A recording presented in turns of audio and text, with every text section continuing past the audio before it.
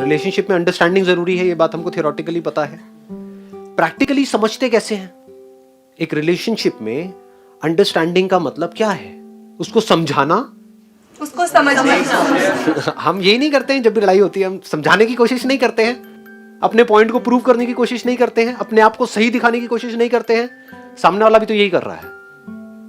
तो अगर उसको हमने समझा तो क्या हम गलत प्रूव नहीं हो जाएंगे?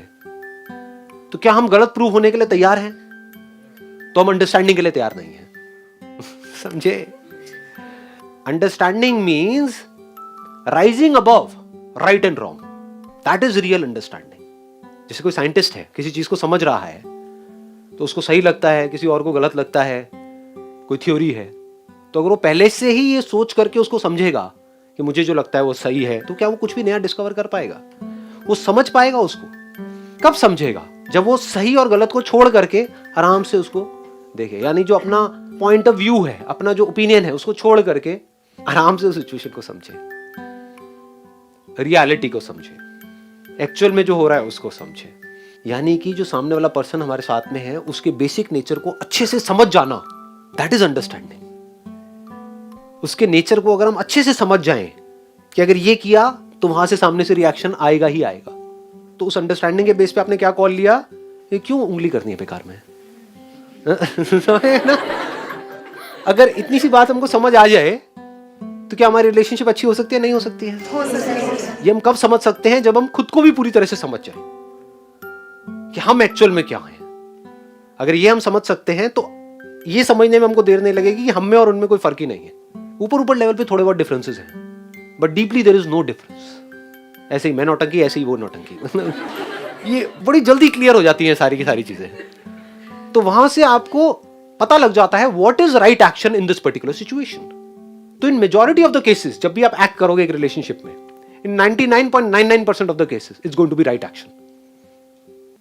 कोई भी चीज जब हमको समझ आ जाती है तो वहां पर जो एक्शन होता है वो हमेशा सही होता है। जब समझ नहीं आई होती है तब वहां पर हमको डर भी होता है, घबराहट भी होती है, एक्शन भी प्रॉपर नहीं होता है, कॉन्फिडेंस भी नहीं होता है।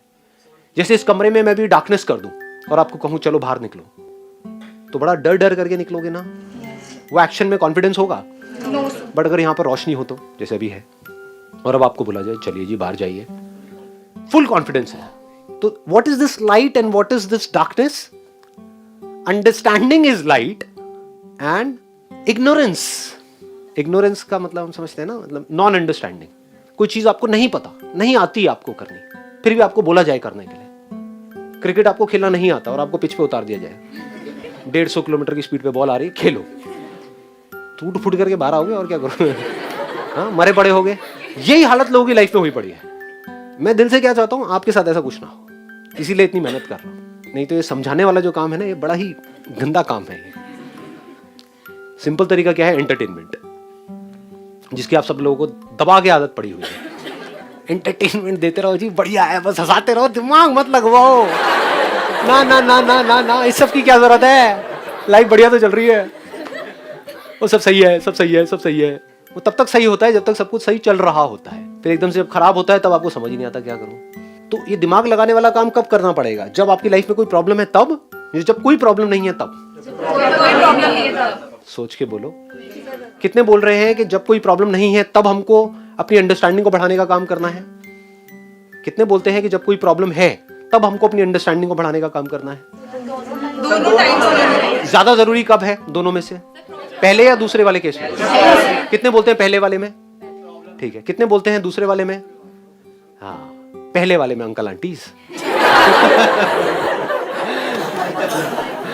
अरे समझो, जब आप एक प्रॉब्लम में होते हो, यानी तैरना कब सीखना है? जब आप नहीं डूब रहे हो या जब डूब रहे हो? तैरना तब सीखेंगे जब डूब रहे होंगे। तब क्या तैरना सीखोगे? किसी बोट के ऊपर जा रहे हो और उसमें छेद हो गया है, बोट डूब रही है, अब तैरना सीखोगे? गहरे पानी में तैरना सीखोगे? या जब कोई रिस्क नहीं है, कोई डर नहीं है, शैलो वाटर में आराम से तैरना सीख रहे हो, यानी तैरने की कोई जरूरत नहीं है, तब तैरना सीख रहे हो। अंकल आई बात समझ में? नहीं आई? ठाक समझ आई? आई ये बात? देखो कितना मजेदार है ये। जब तैरने की जरूरत नहीं है तब तैरना सीखना है, तब हम बोलते हैं क्या जरूरत है तैरना सीखने की। और जब बाढ़ आ जाती है तब हम तैर ही नहीं सकते।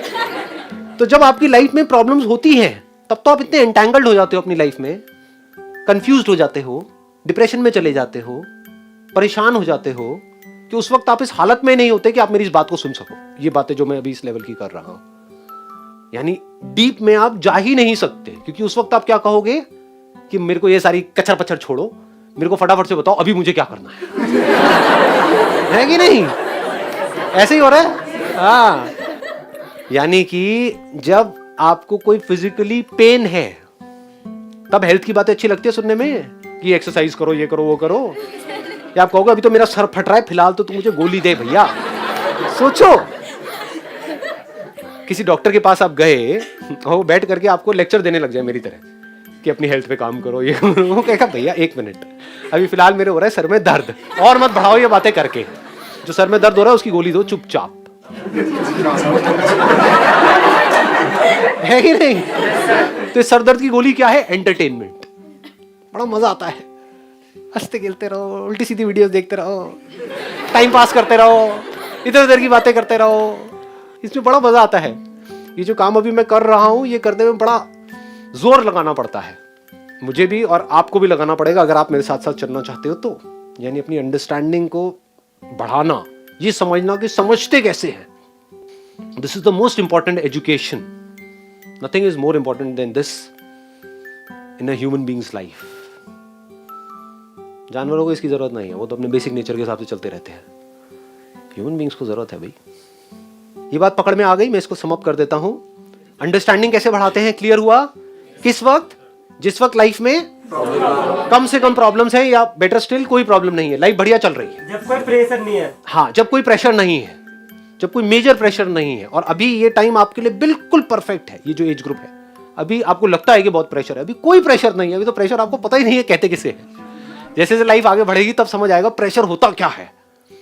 Eight the age of 25 years, 30 years, तो ये जो काम करने वाला है ये अभी है, कल पे डालने वाला नहीं है कि जब बड़ा हो जाऊंगा तब समझदार बनूंगा। जी ना, ऐसा नहीं होता है, अभी से ये काम होना है। यानी अगर एक और एग्जांपल देके मैं इसको रैप अप करूं, मतलब जिम में जाने का फायदा कब है? जब आपके जोड़ों में दर्द, यहां दर्द, वहां दर्द, एज हो चुकी है 99 नॉट आउट,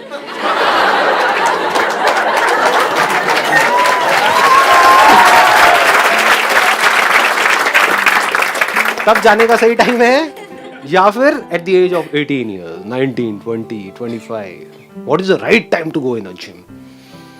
तो ये जिम है, ये जो अभी यहां पर हो रहा है ये जिम है, this is not a hospital. दोनों में बड़ा फर्क है, समझ गए?